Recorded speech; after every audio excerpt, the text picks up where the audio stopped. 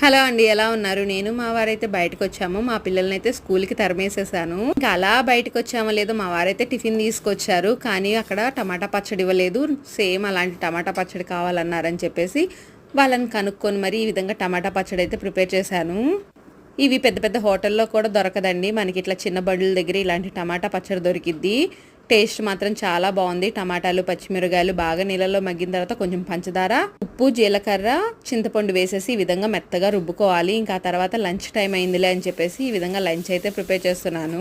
First అయితే ఏం చేయాలో అర్థం కాలేదు. ఇంకా వంకాయలు 4 ఉన్నాయి. సరేలే అని చెప్పేసి ఆ 4 వంకాయలతో ఈ విధంగా వంకాయ పచ్చడి అయితే గుజ్జు గుజ్జుగా వచ్చేటట్టు ఒక 2 ఉల్లిపాయలు, 4 టమాటాలు అయితే వేసేసి మగ్గపెట్టేసి పచ్చడి అయితే నూరాను. ఇంకా తర్వాత మా పిల్లలకి ఎంతో ఇష్టమైన ఫ్రెంచ్ ఫ్రైస్ కూడా ప్రిపేర్ చేశాను.